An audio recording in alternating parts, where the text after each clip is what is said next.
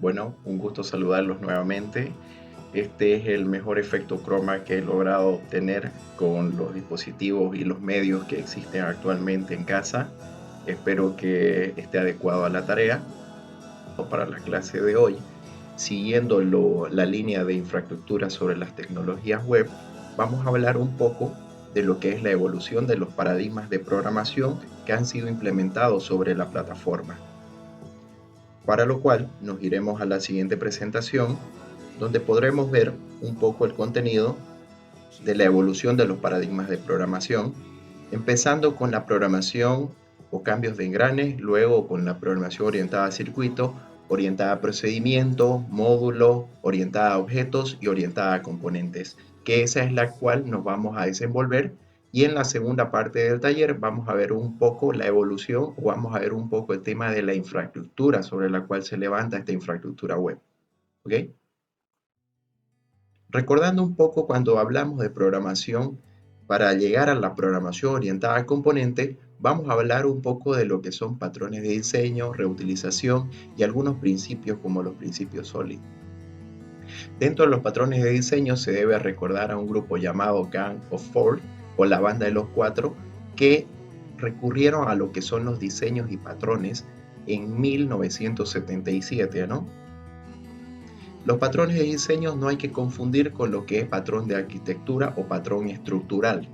Es decir, que cuando nos referimos nosotros a la arquitectura de clases o patrones de diseños, estamos hablando de composición, delegación, herencia, programación hacia una interfaz, establecer relaciones entre la clase y la responsabilidad de cada una de ellas para tener un código extensible.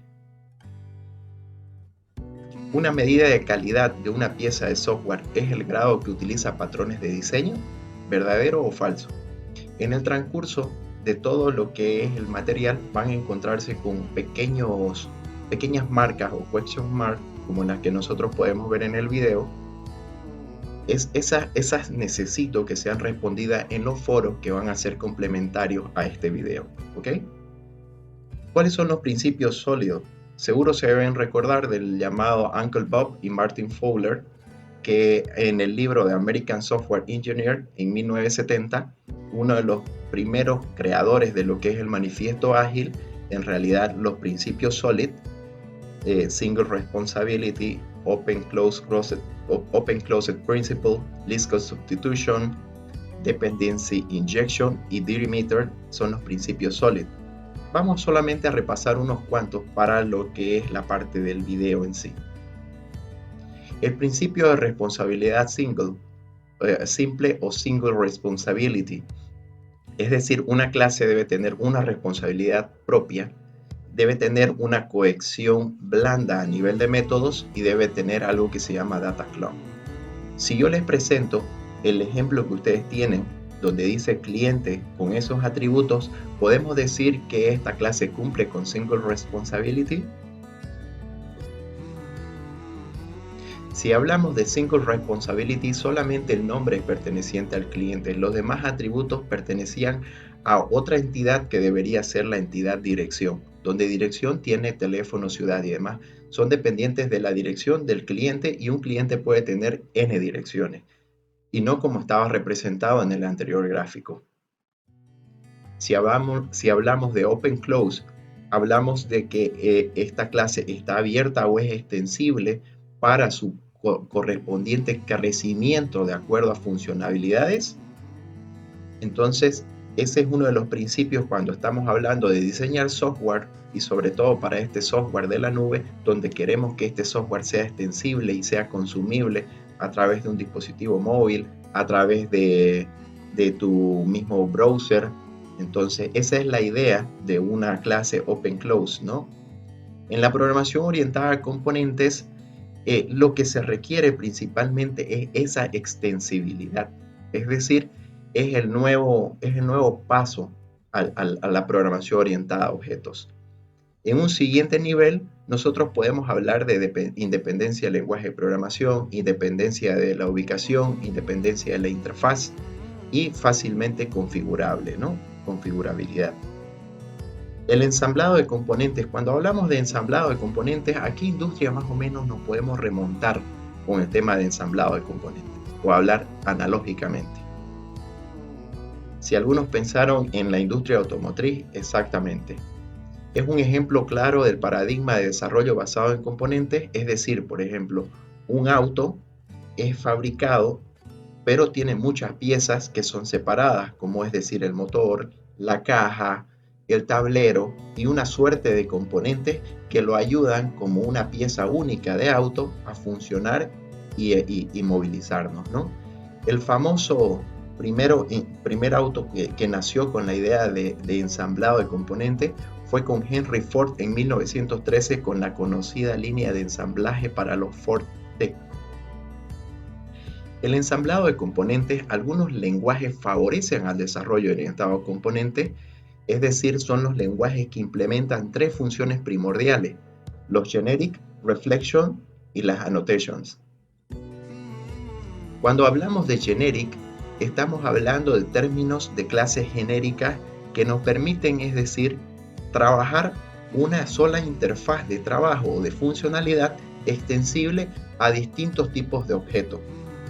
En la gráfica nosotros podemos ver una taza que en realidad dice cup y tea, donde tea es generic, es decir, esa taza puede ser llenada con diversos elementos. Puede ser llenada con un té, puede ser llenada con manzanilla, puede ser llenada con café.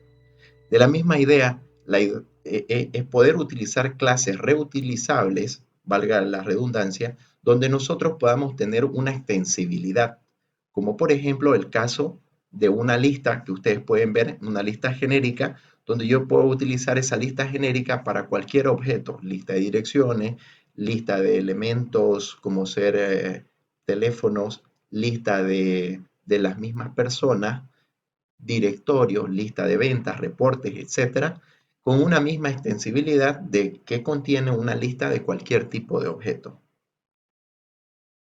Reflexión es otra extensibilidad del lenguaje orientada precisamente a componentes, donde nos permite de manera dinámica entender el comportamiento y cambiarle el comportamiento a una clase u objeto determinado.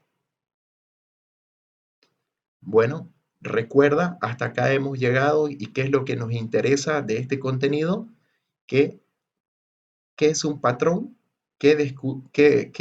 cuando hablamos de diseño abstracto y qué estamos hablando cuando hablamos de ensamblado de componentes, qué relación y qué otra industria analógicamente conocemos y qué componentes son los que tienen que existir para que podamos hablar de esta programación, es decir, metaprogramación, reflexión, generic y anotaciones. En la siguiente parte vamos a comprender un poco mejor la infraestructura sobre la cual vamos a implementar estos elementos. Gracias.